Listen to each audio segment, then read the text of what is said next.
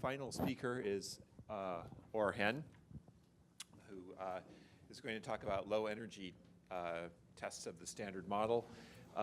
These are ways of doing things that you would do at a $1 billion high energy experiment by making use of extreme precision and extreme patience. Yeah, no. Oh, okay. And I'll just mention Or is anything but low energy. So.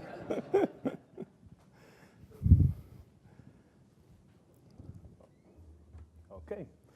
Thank you, Peter. Hello, everybody. So I'm Or Hen. I'm with the Lab for Nuclear Science here at MIT. And those who might remember my talk from last year know that I'm an experimental nuclear physicist by day. I'm interested in understanding how the atomic nucleus is made out of nucleons, how these nucleons interact, how they talk to each other, how we can describe them as many-body from ionic systems, things that are quite equivalent to what Richard is doing, and understanding how the physics of these atomic nuclei changes as we look at them with different probes, and all the while building big detectors to do these experiments. But today I'm not going to talk about any of this. Today I'm going to talk about something much, much, much simpler, and that is the standard model of particle physics. So the standard model of particle physics sets to do something quite remarkable. It sets to take a bunch of building blocks, a few particles, and a simple equation that you can literally write, if you have good enough handwriting, on the back of a napkin, and describe the universe. Okay? Now, it doesn't matter how complex this small equation is. It's amazing, right? We take building blocks, interactions, and describe the whole universe. And the standard model has been really tested a lot, and it is considered to be one of the greatest triumphs of physics. And I think it really is. Every test we did for the standard model, the model passed it superbly. I mean, we couldn't find any holes. But the truth is that we didn't find holes, but we know that there are things missing. We don't know why we live in a matter-dominated universe. We don't know what is dark matter. We don't even want to think about what is dark energy. We don't understand how the essence of black holes, how to put gravity into all of this. So we know that the model is, well, it's good. It describes everything it sets out to describe very well. It's incomplete. So there are additional components, additional physics out there for us to find. And what experimentalists usually do is they go up in energy and look for new particles, new interactions. They team up 5,000 people, build a small machine, collide particles together, and see what comes out. This is a very exciting field, but I unfortunately don't think I have the capacity to work with 5,000 people. Maybe it's the energy scale thing. So there is a different approach that is gaining more and more popularity in the last years, and that is going down in energy, working in small groups at small labs, doing tabletop experiments where you compensate for the fact that you don't have high energy by measuring things with very high precision. So how would that work? Well, what you usually do to find new particles is you take particles you know, you collide them at energies which are enough to produce some new particle with this new mass. And then you basically have a known particle come in, hitting another one, producing some new particle which decays and you can measure in your detector. With low energy, you don't have enough energy in your system to produce these new particles. You cannot observe them directly. They're simply too heavy. But what you can do is you can use the uncertainty principle and produce them for a short amount of time. So in a standard interaction of two particles we know, these solid lines are particles we know, we can create what we call a loop diagram, where in the middle we have, for a very short amount of time, a new particle that we don't have enough energy to produce, but the time is short enough that we can violate the energy conservation in some sense. And at the final state, we have the particles we know. So we look at processes where in the initial state we have particles we know, in the final state we have particles we know, but for a short amount of time there was something else going on that we don't know. And the idea is that in many cases, the addition of this type of interactions, of this type of diagrams that you can use to describe your reaction, can change the kinematical distribution of the particles in the final state. So you measure a process, you create a process, you measure it extremely well, and you look for small deviations from what you expect to see. So how would you do an experiment like that? There's a quite known cookbook to do these things. The first thing you have to do is you have to start with a process you know very, very well, okay? If you're looking for small deviations, they have to be small deviations from something you know perfectly, okay? So we need a very well-controlled process.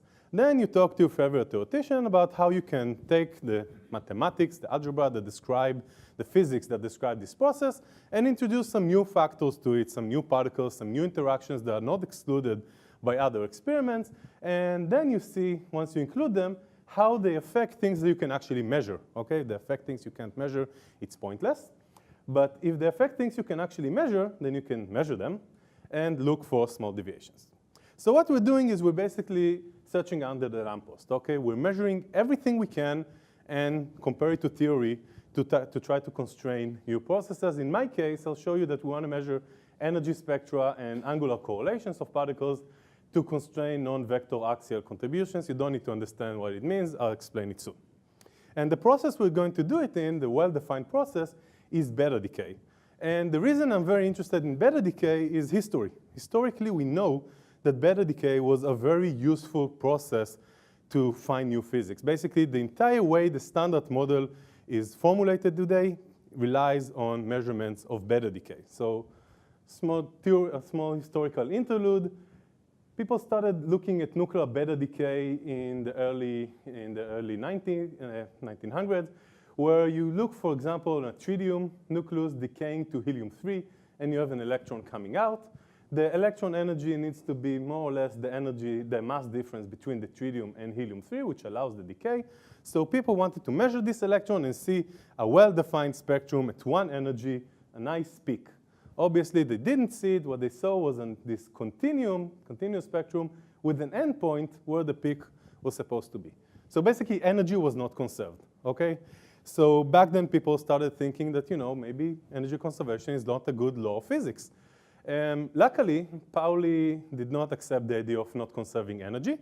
And he went to what he called the desperate remedy, which today is the thing we do all the time. And that is inventing a new particle to solve the problem, okay? So he said, let's assume there's a new particle. Let's call it a neutron that is also emitted. And the energy that we don't see is basically taken up by this neutron so that the sum gives us the energy we expect to see. A few years later, Fermi changed this neutron to neutrino, formulated some theoretical formalism to handle it. And a few years later, in an experiment using nuclear reactors, which are also a source for neutrinos based on beta decay, the neutrino was first observed. A nice story is that actually the first ideas to see the neutrino were not using a reactor, but using a nuclear bomb. So the idea was to take a nuclear bomb. This was back in the days where these things would blow off all the time, so it wasn't that crazy. So you take a tower, you put your favorite nuclear bomb on top of it, it explodes, there's a fireball, lots of particles come out. At the end of the day, you basically have lots of fission. You create neutron-rich isotopes. They beta decay, so you get lots and lots of neutrinos from a nuclear bomb. You dig a hole in the ground, you put a detector over some vacuum chamber, something a bit insane, and you measure the neutrinos. Luckily, this experiment was not realized, and a much simpler experiment of putting detectors next to a nuclear reactor, which is already very, very tough, they won a Nobel Prize for it, was realized, and we found the neutrino. So beta decay was very, very good thing to use to study new physics, but as time progressed, we need to look for more and more detailed aspects of this process to find new physics. And the one I'm going to talk about is looking for tensor currents in the decay of the lithium-8 nucleus. So the general description in the standard model of beta decay is that we have a neutron decaying to a proton. To conserve charge, you need to have an electron. And to conserve energy and all sorts of quantum numbers I won't go into, you need to have an electron antineutrino. Now, mathematically, you describe this by this weird equation, which you don't need to understand. You just need to notice that it has two lines because it has two types of operators running in it, a vector and an axial. But mathematically, the way we write the theory, there's actually 5 operators who are allowed to put there. They're all consistent with everything we know, except for the fact that we don't see them in nature. So the complete description of nature, it's enough to put these two things, the vector and the axial. There could be a pseudoscalar, and specifically there could be a scalar and a tensor component, which we so far did not see, but we have no reason to think that they are not there.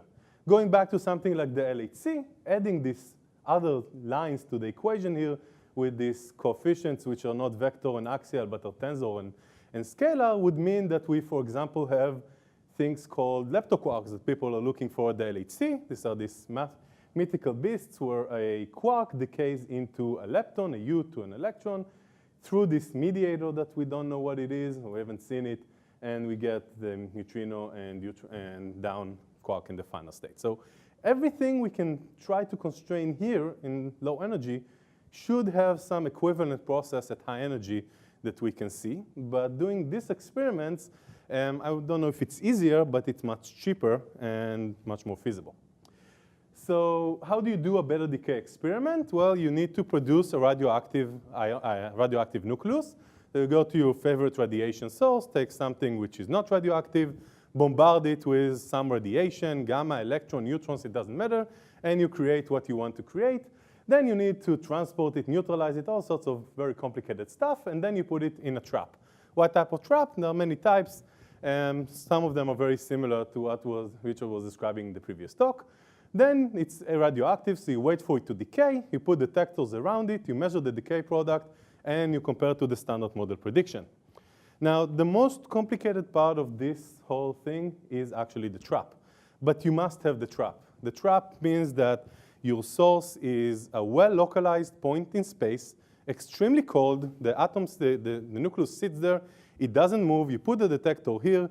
You get a hit. You want to reconstruct momentum, for example. You know one point here. You know the hit location. You can reconstruct momentum. This is what you need to do very precise physics. So you have a very localized vertex, and you can select exactly what type of isotope goes there, so it's very clean. The downside of trapping is that it's very complicated. So if I'm not a person that can work with 5,000 people, I don't think that I'm necessarily a person that can know particle physics, nuclear physics, atomic physics, optics, and basically any type of physics except for astrophysics that is needed to do this experiment. So it's really complicated. Not every isotope you can produce you can actually trap. And when you trap isotopes, you lose most of them. So you work very hard to produce a bunch of isotopes, a big sample to get statistics, and then you take only a small fraction of them. And that's kind of wasting time. So what we want to do is we want to do these experiments without a trap. And that is what the Olivia experiment is all about. So if you did homework yesterday and you looked for Olivia online, you probably found the wrong thing. So please don't ask me about the ballerina. I don't have kids yet, so I really wouldn't know what to answer. But what we do have is an optical lithium V-A experiment, where what we are doing to avoid the trap is using two tricks. One is we're going to lithium-8, which is a very high energy decay. So the standard thing is that you have your isotope, it decays. Again, you have your electron, your antineutrino, and the residual nucleus. This thing is heavy, and it doesn't move. Seeing something heavy that doesn't move is tough. But in lithium-8, beryllium, because it's really unstable, immediately decays to two alphas, which have about 1.5 MeV each. Measuring a few hundred keV beryllium is tough. Measuring an MeV alpha is trivial. Okay, it's at that level that you simplify things by going to lithium-8. The energy is very high. The electron energy is very high. And now what we need to find a way is to measure these two alphas and electron in a trapless measurement scheme. So what we need to do is we need to produce lithium-8, let it decay in our detector, and measure the decay product. So producing lithium-8 is nice because it was done before us by the Snow experiment. Snow experiment won the Nobel Prize last year, so you know it was a good experiment. They used lithium-8 to calibrate the detector. And the concept is very nice. You take a deuterium-tritium neutron generator. This is a small machine this size. We have a few actually here at MIT, where you have a target of titanium-tritium. You shoot deuterons at it. Deuteron and tritium fuse together. There's fusion going on. You create helium-4 and a neutron that comes out. The neutrons hit a foil of boron-11, and we have this reaction, a neutron hitting boron-11, knocking out an alpha and a lithium-8. You put all of this in a gas chamber, and you can flow gas in and out and take the lithium you produce. Then there's a whole technical thing about a gas flow system that takes it from this production region to the detector, which I will not go into. The big question is what type of detector you can use. And then again, being quite lazy, we take an existing detector, and that is called the MIT-PC. This is a detector that was actually originally built by Peter to look for dark matter. So the idea was that a dark matter particle comes in, it scatters off a nucleus in the gas here. What happens is that when you have a nucleus recoiling through a gas, it ionizes it, okay? So we have a bunch of free electrons here. There's a voltage difference between the mesh here and the mesh here from the anode to the cathode, and basically the electrons drift down. You read them out here, and then you accelerate them a lot. This gas is a scintillator, so when you accelerate them a lot, one electron basically has enough energy to release multiple electrons so that you get a track. I'll show you how it looks like in a few slides. And there's basically track of light that you can image using a camera. What we want to do is to take the third generation of this detector. So at first it was supposed to be a dark matter particle. Doing that, then it moved to the few MeV region for detection using by Janet Conrad, who looked at it as who turned it into a neutron detector to look for neutrons coming from rock, basically, in mines where you put neutrino detectors. That's a big source of background for them. And we want to just replace it with lithium-8, giving us the alpha particle. This is how the detector looks like, quite compact, quite small. And the nice thing for people who are lazy like us is that it's an off-the-shelf detector. So it's a detector that has almost 10 years of experience working with it at MIT. So there's lots of knowledge that we can take from these other projects and import to this measurement. The nicer feature about this detector is that it links 3 generations of Pappalardo fellows together, which I think is quite remarkable.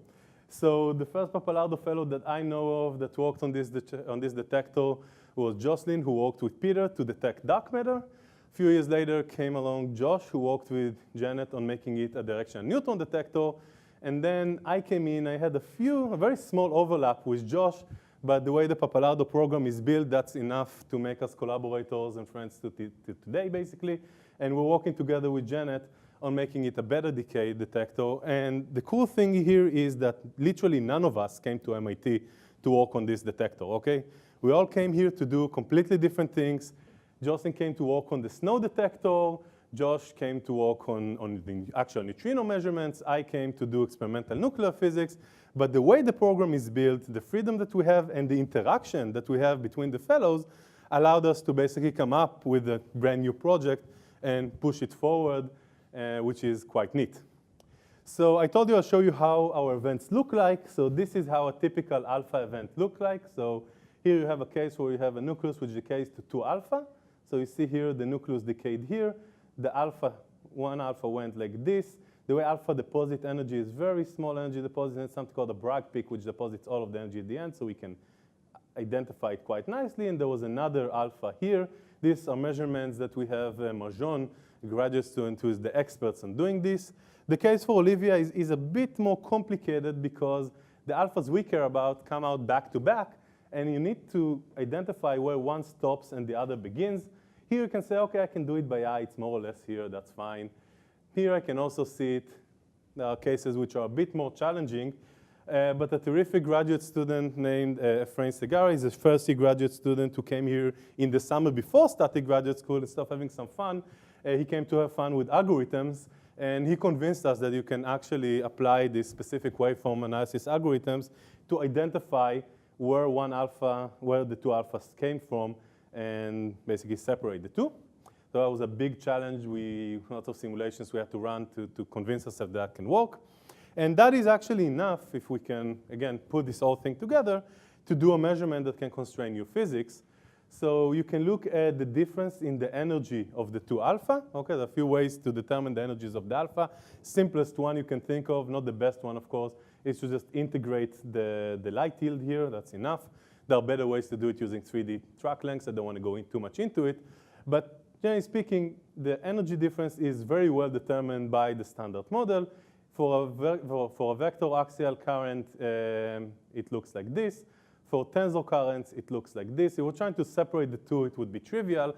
But we know that the physics is governed by a vector axial interaction. So what we're actually looking for is how small of a contribution can this type of distribution have to this one, so that when you measure the sum of the 2, you can say there's something else going on. That's what we're trying to do. So you need to take into account your resolutions. We did the whole simulation. And what we have found is that depending on how much statistics we have, how long we let the neutron generator run, we can either reproduce quite easily, supposedly, the existing limits from the best measurements that were done, published in PRL last year, basically, all the way down to reducing it by about factor of 5 to 10, depending on how we run it, which is quite nice. So the first generation should be highly competitive with all these other measurements trying to constrain this type of interactions that will not go into the details of. And Akshay Smith, who is a postdoc here, also working with me on this project, was able to show us that with the second generation, we can probably nail things down much better than anyone else. So we're quite excited about this and continuing this Pappalardo-enabled research project. And with that, I thank you.